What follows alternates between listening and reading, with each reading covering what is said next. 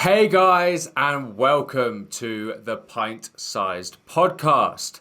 Episode 3 now, after our special episode on Tuesday. I am Will, the English teacher, and as always, I'm joined by Tom. Hello, Tom. How's it going? And a very good afternoon to you, my friend. I'm doing well. I am happy to say that I don't have any sick chickens this week. Very Last week, nice. so for the audience, I am currently house sitting in St. Paul, Minnesota, where I grew up, where I was born, and I'm taking care of 5 chickens as well. And last week we had a sick chicken, Yeah. and she's a lot better today. I'm happy to report. So that's a big weight off of my chest. And I go ahead. Yeah, no, I can imagine. Yeah, it was a dicey few days. So yeah, the chicken may be okay, but what have you done to your face? Yes. This It was a tree. okay, Yeah. and that's yeah, it's just a tree. It What, was a did the tree. tree attack you, or what happened? I can't tell you. I think it happened when I was picking up sticks in my parents' yard because my father was going to cut the grass and I was under a tree. And I do remember I made contact with a branch. I didn't think at the time that it did such damage, but yeah, it's quite noticeable. Yeah, had you been drinking at the time? You can't No, remember? no, I had not been No, you sure? drinking. No, and you're not the first person to ask me that either. Fair enough. Speaking of drinking, I was supposed to ask you this last time and I forgot. So I'm drinking a lovely Colombian coffee today. I would be drinking tea, English tea, but I don't have any milk. So that's what I'm drinking. What are you drinking today? I've got you, my friend. I have myself a nice herbal tea. Yeah, very nice. Any particular flavor? Or is it just herbs in general? I'm going to say herbs in general. And I don't know. Okay. To be honest, I don't know. But how are you, my friend? Yeah, well, I'm definitely better than I was on Tuesday when we recorded the special episode. The situation here is still pretty similar. There's lots of protests, lots of marching. I've been out a few days to join in, and around here at least, it has been very peaceful. The protest, no real problems whatsoever. Just lots of people outside. I do want to make one special mention for a guy called Lucas Bija Vasquez, who this is a story that again should be known outside of Colombia. He was shot 8 times in a city called Pereira. We've been there, Tom. We were there together by unknown assailants. Let's say after the mayor of the city had called for civilian help in controlling the vandals. So yeah, I'm going to put some information on the screen. It's a horrible case again, but he's kind of become a point of unity for lots of the protesters and lots of people who desire social change. So yeah, once again, information will be below, and I encourage everyone to read about it because again, not a very nice situation at all. However, today we're going to try and go back to some degree of normality with what we're talking about. We didn't really know where to go, so we're going to start with our life story. This could take quite a few episodes. It's not all going to happen today. This could happen in a linear fashion. It might be interspersed with other things that we talk about as well. But basically starting from when we were born and where we grew up, how we grew up, our school life, university life, leaving our respective countries, meeting each other, our time in Colombia, our time your time post Colombia, and how we've got to this point now. Who knows? We might even talk about the future. But this is a long process. Today we're going to go to borrow one of Tom's game names. We're going to go back to our roots, back in 1993 for me, and if I'm not mistaken, 1989 for you, Tom.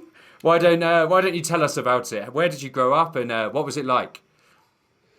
Well, I am currently in St. Paul house sitting, as a matter of fact. So I'm currently sitting in my roots. I was born on the other side of the city, but not too far. Okay. It's a, it's a capital city, but it's not a big city. I grew up on the west side in a pretty residential neighborhood, very good neighborhood, with just lots of kids all over the place. And when I was a kid, that's what I thought about. What was my value at the time? What assets did I have? Those were my friends. And I can remember a lot of time outside, riding around on the bicycle, going to the neighbor kid's house. I played hockey. I played baseball. Sometimes I played basketball. We would build forts, Nice. play tag, hide and go seek, and duck, duck, gray duck. Wait, hang on a minute. Okay. Well, two of those, I know exactly what you mean. Well, I think I know what I mean with all of them, but there's one name there which is not okay. So tag we would call it. Like you'd run around and you'd get the person to say you're it rather than tag, but I know what you mean. It's the same thing. And hide and go seek, well, we just called it hide and seek, but exactly the same thing. But the final one, what did you say? Duck, duck, what? Gray duck. Great. Okay. Yeah. So we played duck, duck, goose, which I'm imagining is the same thing. Why grey duck? I thought duck, duck, goose was kind of a universal thing. Well, that's the funny thing. So my region of the country says gray duck, and this is a known thing. This conversation has been brought up before by other people from other regions of the country because they call it duck, duck, goose, like you lost. Yeah. Yeah, so I think we played pretty much the same games, but yeah, duck, duck, goose for sure. You mean as in there's a circle of people and someone runs round and tapping on the head? That one? Yeah, that's right. Exactly. Mm-hmm. Okay, yeah, cool. What else did you do? What about your school? Did you enjoy your first school? Yes, I can honestly say I enjoyed my classes. I had one really great teacher and one not so great teacher. And I remember being the spelling king. We've talked about that, right? Okay. Yeah. I don't think we have on the podcast, but in between us we have, yeah, for sure. Yes. So I was a big reader growing up. My parents encouraged me to read, and I liked to read. So in those years, school was very easy for me. I don't remember putting in a lot of effort in any of the first few years. And I got a little bit arrogant, I think, after that. So I do remember being the spelling master. I was very, very good at it. That's my claim to fame. Academically, after that, I stayed pretty average, but yeah, it was a good time. So in the United States, it's very common to split elementary school, middle school, and high school. Although that's not always the case. There's also something called grammar school, which is kind of like an older name, but that could be like a mix of elementary and middle school. But yeah, so when I lived in St. Paul, and that was the first 7 years of my life, that was my first phase. My schools were pretty good. And then I moved to the suburb just south of St. Paul, and that's where I spent the rest of my youth. So a little bit different. Oh, okay. But yeah. I didn't know you'd moved. How old were you when you moved, and what was that like, moving from city to suburbs? I remember not understanding why we were moving because, as a kid, I was set. I had my neighborhood. Yeah. I was, killing spelling bees in school, playing hockey with my friends. I had it all. And I thought, why are we moving? I've got everything here, But it turns out there were some other reasons why we moved. Okay. Do tell. Well, one day, this would have been 1996 maybe, so I would have been 5-6 years old. I woke up, and the next door house was taped with police tape, and there were police cars outside. I had no idea what was going on, but later I understood that someone had been shot in the house, Wow. And yeah, I won't go into too many details about that family, but the family was no good. One of the kids was about my age, and all of a sudden, I was starting to get into a little bit of trouble. Just pushing the boundaries a little bit. And then after that Yeah, yeah. accident, my parents said, "Okay, we're done. We're moving." Yeah, that And makes sense now. Okay, yeah, yeah. yeah, my dad wanted to move to the suburbs. My mom wanted to stay in the city. They kind of compromised into a suburb, but not too far away. Really, really close, actually. So, yeah. No, well, yeah, that's well, not nice, but an interesting story, and well, I had no idea. I'm learning stuff as well. That's yeah, okay, that's is quite different to my upbringing. Let's say I am from a tiny, tiny village in a county called Buckinghamshire in England. Yeah, if I had to put a number on it, I would say in my particular village there would probably be 200 or 300 people, maybe. There were lots of little villages kind of connected, so it gave the idea of a bigger space. But really, my particular village was tiny with nothing really in it.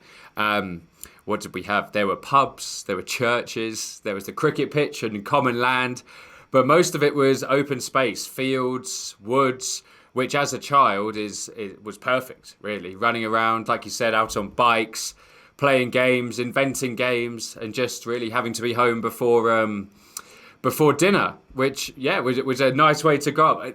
Now that you mention it, actually, I have a strange recollection that someone did get shot outside of one of the pubs. I might completely be making this up. I'm gonna do once we finish this, I'll look it up and see if I can find any information. I'll put it on the screen, but I'm not 100% sure. But maybe that did happen. But otherwise, rural life for me, living in the countryside and kind of away from towns and things like that, gave me some more opportunities. I started working when I was like 13, I think, working cleaning dishes and peeling potatoes in a pub. Then in a garden, I'd help out on Saturday and Sunday mornings. What else? Another pub behind the bar when I was a bit older. I worked in construction from when I was like 15. No animals? In my holidays. No, there were animals around, like because it's rural England. There are lots of cows and sheep, so you'd run away from the cows. Cows are like if a cow gets angry or cows get angry, like a herd of cows running at you is a pretty scary thing. The sheep, yeah, they're massive. The sheep were scared of everything, so they'd run away from you. But yeah, no, that was part of the games as well, running through fields and having to evade farm animals that didn't want you to be there.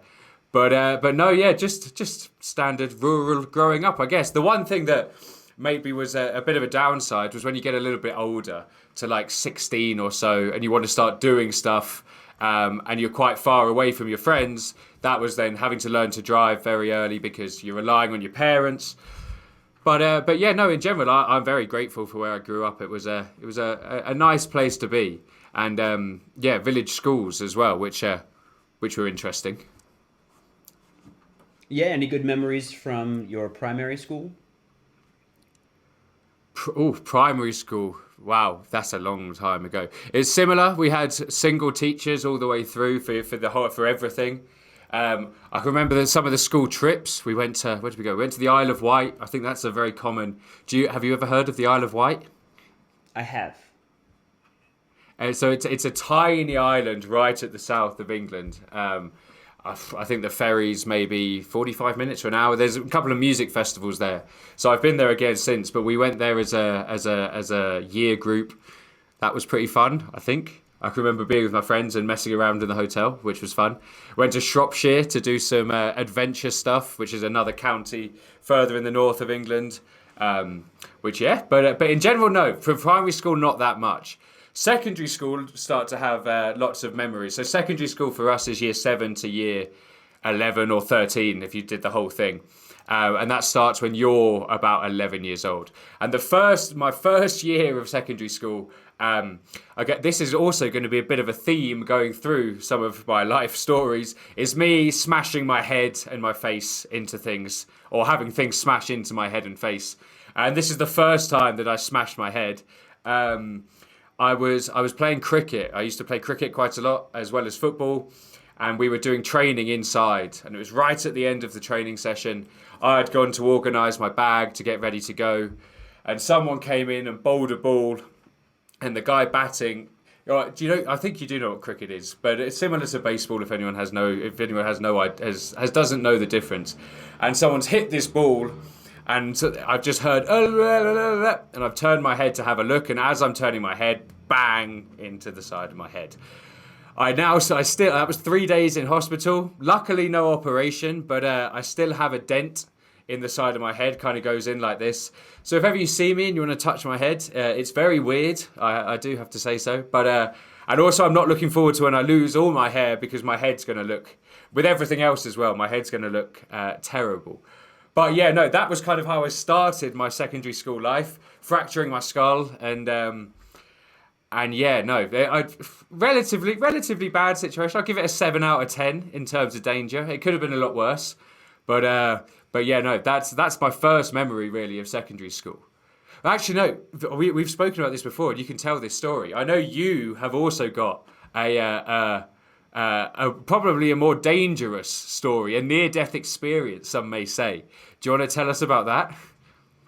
Yes, I have my own close call story as well, a few, in fact. But I will tell this one because this was early years in St. Paul, and since I'm in St. Paul, it's kind of walking down memory lane.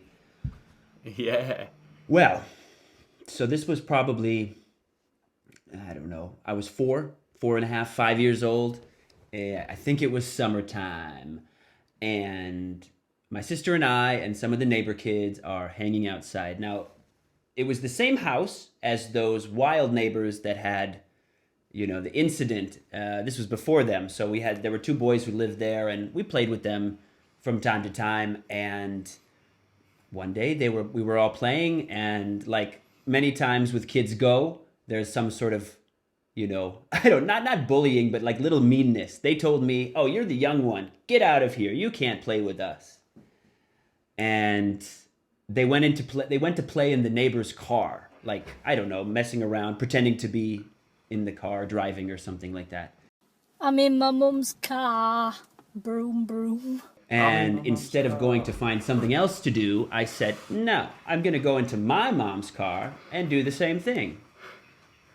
And that car, by the way, didn't have locks, or correct functioning locks. It wouldn't lock. So this is why the next part of the story sounds a little bit ridiculous. So I got in the car, no problem. And like I had seen with my parents, I knew how to do basic movements. And we lived on a hill.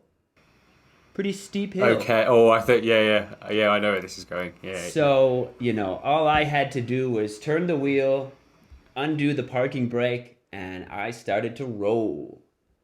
And I should tell you that I put on my seatbelt. Very nice. So at least you learned to copy the safety functions, the safety procedure, I guess, as well. Yeah, in the end, it could have saved my life. I don't really know. Yeah. But at the bottom of the hill was a very busy intersection called George Street. I mean, we knew not to go down there because it is busy. And I just went right through it, miraculously. Oh. I was so lucky. Yeah. Well, it didn't last long. After I got through the intersection, my inability to steer, led me right into a retaining wall, like a brick concrete wall. And that was it. You must have been going quite fast while this was happening. If you're going downhill, that could have been terrible. I was picking up speed. Yeah. Wow. Well, I guess, yeah, well, obviously lucky you didn't hit anything for yourself, but also for anyone else driving as well. It's a bit of a shock to see a child fly down a hill in a car. Jeez, that's definitely worse than mine. I'd give that a 9 or a 10 in terms of danger. But wow, yeah, that's mad. Any other stories while you're there about you and St Paul? Any other mischief or danger that you got into? Well, since we're on the subject of cars, I did have another Okay. accident, in fact. Okay. And I don't remember the time difference. I don't know. But this time, I was on my bicycle, riding around, and Yeah. again, I crossed an intersection. Only this time, I had the ability to stop before the intersection, but I, for some reason, went through the intersection. I can see the old lady. It was a poor old lady driving, and I thought, oh, she sees me. She definitely sees me. I go across the intersection, and she clips my back tire, Oof. and Yeah. I end up on the ground, and in pain, but I didn't I didn't break anything. I had some scratches. What I can picture is a motorcyclist with, you know, like Okay. the full helmet on, and I just remember, "Are you okay?" And yeah, they picked me up. I don't know if they picked me up, but they took me to the hospital, and again, very stupid. Very Yeah. stupid.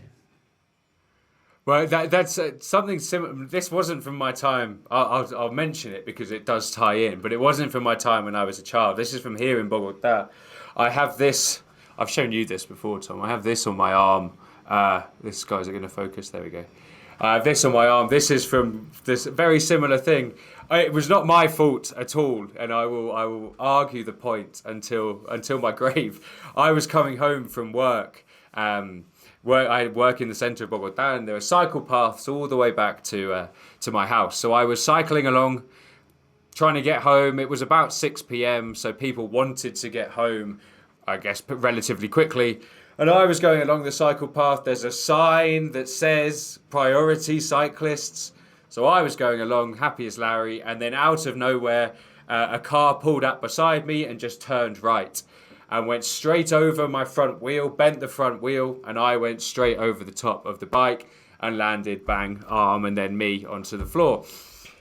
So yeah, I was more angry and getting up and shouting at the guy, and then as I was walking home, just kind of realizing like, my arm hurts quite a bit here, and it was getting bigger and bigger and bigger, and eventually that was surgery. That's where the scars from, and two pins in my arm. So I now beep at airports when I go through, but it could have been a lot worse. Anyway, that's not one of the stories that we should be telling today because it doesn't fit in the time frame. So let's just turn it back a little bit. We'll go 10 more minutes or so. See how we can do. Let's focus on secondary school. Secondary school, a difficult time. It can be a great time, can be a horrible time. Teenagers can be horrible, but it can also be some of the funnest times of your life, I imagine. What was it like for you? Did you enjoy your time at secondary school? Or, well, whatever you would... So secondary school for me is year 7 to year 13. So 11 years old to 18 years old. All right, yeah. So we have, high school is 14 to 18 about. So yeah, so maybe a little bit of middle school in there too. And that's okay. Yeah, they were connected, so it was a very smooth transition between the two. But yeah, so let me show you a couple pictures of what I was about in high school. So this is one picture, as you can see, and we'll post this up here. This is me in a costume. Wow! Yeah. A lot of time. I spent a lot of time in theater. So that's me in my theater costume. Wow! Very nice. Yeah. When you say theatre, what do you mean? Is this productions like constant plays and musicals and things like that? There were three productions every year, and the spring was a musical. Okay. So I wasn't particularly interested in the singing part, and so I did band in the theater the theater band. The musical band, but Okay. I spent a lot of time acting, and as well as my sister. So we are a little bit of a legacy. in the school. This was a big part of my my high school, mostly high school years, spending after school every week in production, in different parts of the production, but particularly acting. And this was really awesome Wow. because high school is tough for a lot of reasons. I can remember trying not to stand out and be different, to be the center of Yeah. attention. And theater was a good time because it allowed you to express yourself and to be dramatic. And as you know, I'm a bit dramatic. I like Yeah. to tell my stories in a dramatic way. So yeah, it was a lot of fun time. And I'll show you one more picture before I talk a little bit about the other part of my high school that I can remember. So this was band. I play the saxophone. I spent a lot of time in band and marching band. And Okay. this was a Wow. lot of time in my summer. A lot of time in the summer, going to different places, playing in parades, and it was so fun. I had so much fun doing it, and for sure, if I can remember two things about me and how I spent my time, it was band and theater. So yeah, some other difficult moments, but overall, it was a lot of fun, and I do remember those days really really well. Some other things, not so much, but Yeah. good times, really. Yeah. So, does any of that resonate with you, or how was your coming of Uh, age? in all honesty, no, not at all. So band and theatre, I like so the band side of it. I once, I had a fleeting love affair with the bass guitar. I bought one. I tried to learn it, and I gave up very quickly. I was in a band, not a kind of band as in you're talking, but a band for a matter of months. We used to go to our friend's house, and I was far more interested in going and getting pick and mix sweets from the garden centre and playing on the trampoline than the actual music side. And very quickly learned that okay, I love music, but I'll let them do it, and then I'll listen to the final product. And similarly, in my opposition to your activities, theatre. Oh, I couldn't think of anything worse. Yeah, tremendous stage fright. I guess I've overcome it a little bit now with teaching and speaking in front of people, but growing up through school, it was probably the last that you'd have never got me on stage performing or anything like that. So, no, very different for me. It was mostly my hobbies, my activities was football most of the time. Football, cricket, other sports as well. I played a bit of rugby at school, but most of the time, since I was about 5, all the way through till when I left. When I left England, really, was and even still while I'm still here, playing football all the time. So that would be. It started off as at the weekends. You'd make friends, which was a good thing to do, and also active and playing a sport. And then it got more and more serious the older you got, until a point where, yeah, my final 2 years of school when I was 17 and 18, I was probably pretty much playing football every day, official like training or matches 5 or 6 times a week, playing for a team called Hemel Hempstead Town. I had played for a team called Chiltern Athletic. That was like the OGs, and then Hemel Hempstead became what we did pretty much every day at school. What about you? Was sport a big thing for you? Were you playing sport? You mentioned hockey, basketball, hockey, baseball, and some basketball. Was that consistent all the way through school as well? No, no, no, no, no. So hockey and baseball were the two, organized sports that I played from, when you could start until about ninth grade. About ninth grade, I was not very good at, relatively speaking. I wasn't good enough for the best teams, and I was starting to get a little bit tired of baseball and hockey. And a lot of my friends played tennis. Okay. So maybe it was fate. Maybe I don't know. I picked it up, and our team was just bad enough that I could just kind of walk on and start playing. And I played some pretty, I played on the varsity team. So tennis was my real love, I guess. And I still play today. I love it a lot, as you know. And and of course, there's always ping pong. Yeah. Well, I kind of wish I'd played it a little bit more seriously. Now, like as you know, we have a strong table tennis rivalry. But I guess that's one of those games that you just play. That's kind of like social event games and things like that. When you're like in the evenings or around at someone's house, always have a game of table tennis. That reminds me. That's another thing about high school. Like. I guess it's when you start to develop a little bit of an ego as you start getting into your formative years, let's say. And then it's all about popularity and getting invited to the right parties and having the right friends. I guess that's again some of the good and some of the bad of high school and that sort of age, because it was great fun, but there's also some like demoralizing moments as well. Well, I have a question for you, since you were Okay. clearly a quite a good footballer, right? I mean, I was okay. you were playing on a professional team. Would you call you call No, it no, no, semi-professional? no. Well, like the team could, yeah, potentially. I'm not going to claim anything, especially not on the podcast. But I was okay. Okay, all right. So, well, did Yeah. you?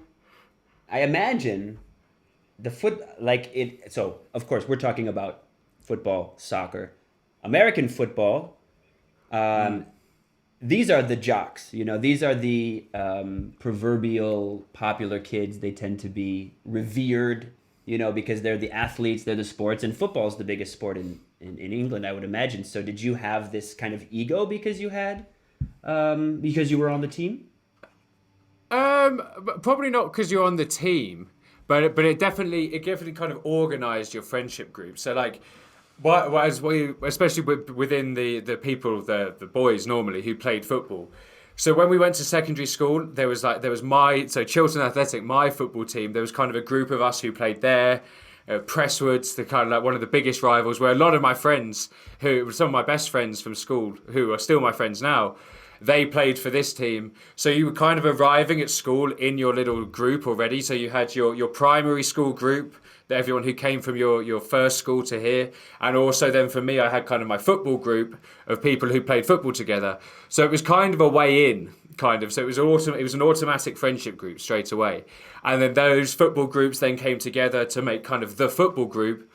So yeah, it wasn't so much social standing, but it was social in its essence, because you already knew a lot of these people from other places, and that allowed you to develop more and more, well, closer relationships, let's say, and friendships a bit quicker than starting from zero.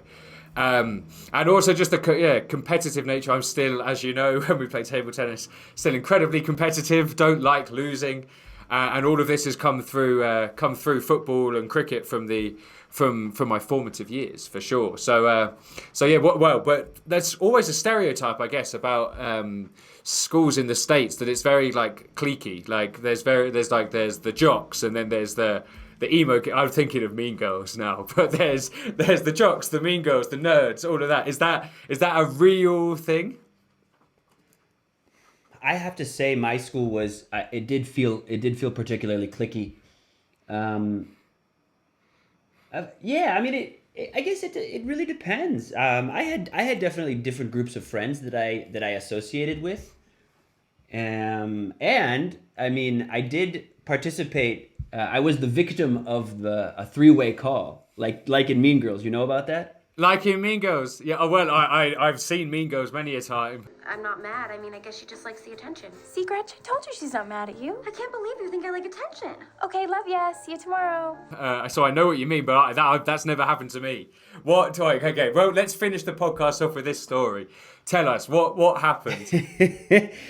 So I just moved. I had just moved to the suburb, and it was my first year there. And I was very fortunate to have a very, very good friend who decided, hey, you're interesting. Let's become friends with you. So he kind of brought me into his world in this school. And one day he called me started asking me Yeah. about this girl in our class. Okay. And, he said, well, what do you think about this girl? And I said, I don't think anything of, I don't know. I don't know her at all. This is Yeah. third grade, I think. So, what, 10, maybe? Wow. Okay. Starting early. And then he starts, pushing me like, hey, well, do you think she's cute? What do you think about this girl? And I said, yeah, okay, I guess she is cute. And then she is on the phone and says like, oh my God, you think I'm cute? That's jokes. And how can you remember your reaction? How does one react in that situation? I don't know. I have no idea. But No. That's a good question. I wish I do remember. But, you can't really retract that statement at that point. And in third grade, it's No. you're not quite skilled at maneuvering these social situations. So I have no idea what I said or did. But I don't think jokes. I don't think that the drama continued after that. So. No, wow. Oh, no. That's we did prank phone calls and things like that, but no, I've never been part of or victim, or however you want to put it, to that sort of situation. That's wow. Yeah. That's the sort of thing I've seen in Mean Girls, but not really in real life for me anyway. But wow, cool. Well, yeah, we're already overrunning a little bit, so I guess we should probably end this here. The final thing that we want to say, that we want to say to everyone listening is we're hoping that over time, from what we're saying and kind of the things we're putting out, if anyone has any questions or anything you want us to expand upon, any topics you want us to talk about, any questions regarding English, us, whatever it may be, send them in. Send them in, and we will try our best to incorporate everything, at least to start with, everything we receive into the podcast and talk about it, so that this can be tailored and designed by you guys as well. So any ideas, leave them in the comments below, or send them to us on our social accounts, which are in the description. Don't forget to like and subscribe. That it always helps, and it will help us out for sure. And that's pretty much it. We'll see each other. We will see you next time for the next instalment of our journey. So that's goodbye from me. Tom, any final comments? Anything you want to say? I think you've covered it, my friend. Stay tuned for more. Fantastic. We can't wait to see you. Exactly. That's it. See you later, guys. Have a good one. Until next time. Bye-bye.